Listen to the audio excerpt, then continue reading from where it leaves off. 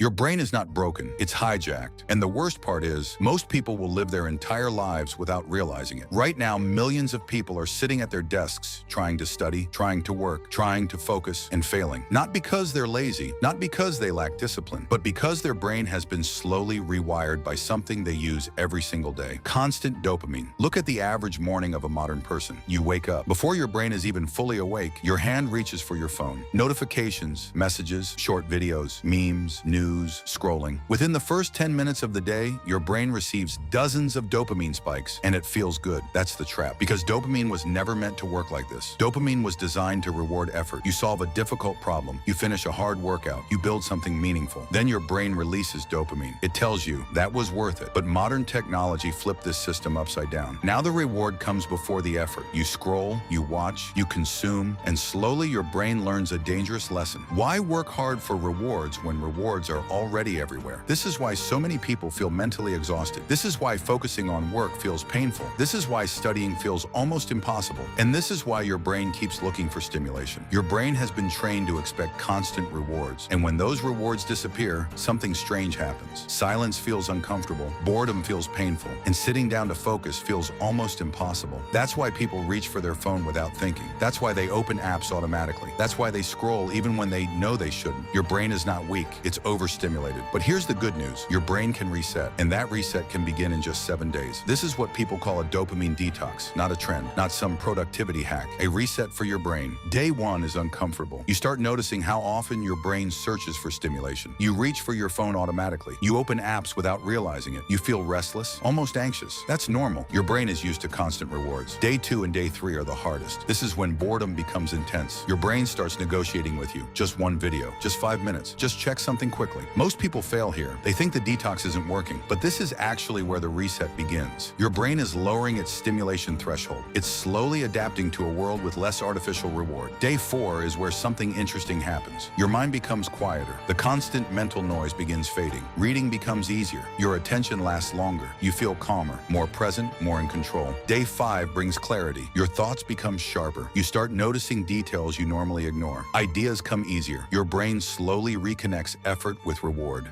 Day 6 is where motivation begins returning. Tasks that once felt heavy now feel manageable. You sit down to work and your brain doesn't resist as much. Focus feels natural again. And then day 7 arrives. This is when most people realize something surprising. Their brain was never tired. It was overstimulated. The constant dopamine spikes from modern technology slowly destroyed their ability to enjoy effort. And once those spikes disappear, something powerful happens. Effort becomes rewarding again. Work becomes satisfying again. Focus becomes natural again. Your brain starts functioning the way it was designed to. This is why dopamine detox works. Not because it removes pleasure forever, but because it restores balance. The modern world profits from your distraction. Because distracted people consume more, they scroll more, they stay online longer. But the moment you reduce the noise, you start thinking clearly again. You start focusing again. You start building again. And once you reclaim your attention, you reclaim control of your brain. And when you control your brain, you control your future.